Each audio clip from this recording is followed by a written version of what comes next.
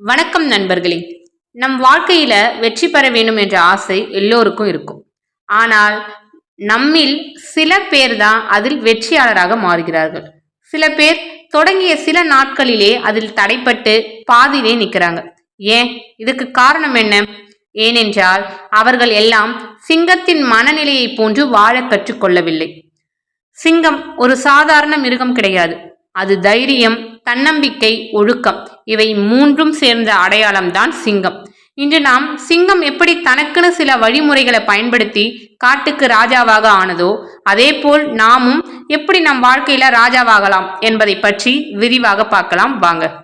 முதலில் சிங்கம் பயம் அறியாது. சிங்கம் எப்போதும் எதற்காகவும் பயப்படாது. அந்த காட்டில் அதைவிட பெரிய உருவம் கொண்ட மிருகம் இருந்தாலும், அதைவிட தந்திரமாக வேட்டையாடக்கூடிய மிருகம் இருந்தாலும், ஏன் அதைவிட வேகமாக ஓடக்கூடிய மிருகம் இருந்தாலும் சிங்கம் அதை பார்த்துலாம் பயப்படாது. அது மனதில் நான் இந்த காட்டுக்கு ராஜா என்ற நம்பிக்கையோடு நிற்கும். அந்த நம்பிக்கை தான் அதனுடைய வெற்றியின் ரகசியம்.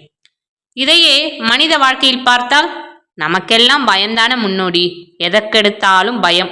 அந்த பயம்தான் நம்மை கட்டி வைத்திருக்கும் ஒரு சங்கிலி. அந்த பயமே நம்ம எதுவும் செய்ய முடியாமல் தடுக்கிறது.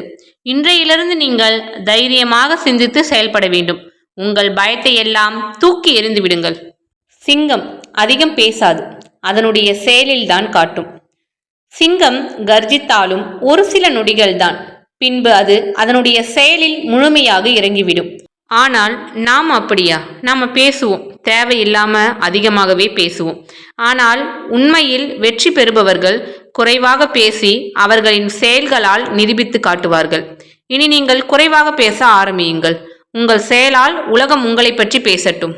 சிங்கம் தோல்வியை கண்டு அஞ்சாது. என்னதான் சிங்கம் காட்டுக்கே ராஜாவாக இருந்தாலும் அது போகிற ஒவ்வொரு வேட்டையிலும் அதில் வெற்றி பெறுமா என்ன? கிடையாது. ஆனா அது மேற்கொள்ளும் ஒவ்வொரு தோல்வியையும் அது பாடமாக எடுத்துக்கொள்ளும். ஆனால் நாம் எப்படி? ஒரே ஒரு முறை தோல்வி அடைந்தாலே எல்லாம் போச்சுன்னு மனமுடைந்து உட்கார்ந்து விடுவோம். இதுதான் உண்மை, இல்லையா?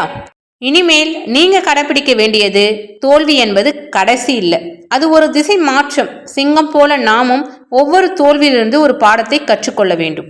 சிங்கமும் தனிமையை கொஞ்சம் விரும்பும். சிங்கம் எப்பொழுதும் கூட்டத்தோடு இல்லாமல் சில நேரம் தனிமையில் இருக்கும். அந்த சமயத்தை பயன்படுத்தி அதனுடைய ஆற்றலை சரிவர புரிந்து அதற்கேற்ப அதனை வளர்த்து கொள்ளும். நாமும் நம்முடைய வாழ்க்கையில சில நேரம் தனிமையில சிந்திக்க கற்றுக்கொள்ள வேண்டும். அப்போதுதான் நம்முள் இருக்கும் ஆற்றலும் வெளிப்படும். சிங்கம் தன்னம்பிக்கையோடவே பிறக்கவில்லை. அது வளரும் போதே அதையும் சேர்த்து வளர்த்து கொள்கிறது. ஒரு சின்ன சிங்கக்குட்டி என்றாலும் அதற்கு ஒரு தனி சிறப்புண்டு. அதற்கு காரணம் தன்னம்பிக்கை, அனுபவம், பயிற்சி. அதே போல்தான் நாமும் பிறக்கும் போதே தன்னம்பிக்கையுடன் பிறக்கவில்லை.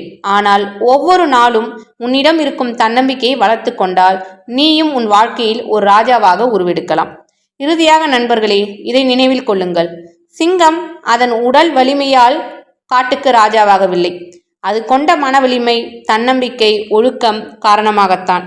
அதேபோல் நாமும் நம் வாழ்க்கையில் சிங்கம் போல வாழ கற்றுக்கொண்டால் யாரும் நம் வெற்றியை தடுக்க முடியாது. தன்னம்பிக்கை என்ற பெயரில் உன் மனதில் ஒரு சிங்கம் உறங்கி கிடக்கிறது. அதை விழிக்க செய்.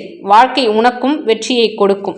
இந்த கருத்துக்கள் உங்களுக்கு உத்வேகத்தை கொடுத்திருந்தால் இந்த வீடியோக்கு ஒரு லைக் போட்டு மறக்காம நம்ம சேனலை சப்ஸ்கிரைப் பண்ணுங்க. நன்றி, வணக்கம்.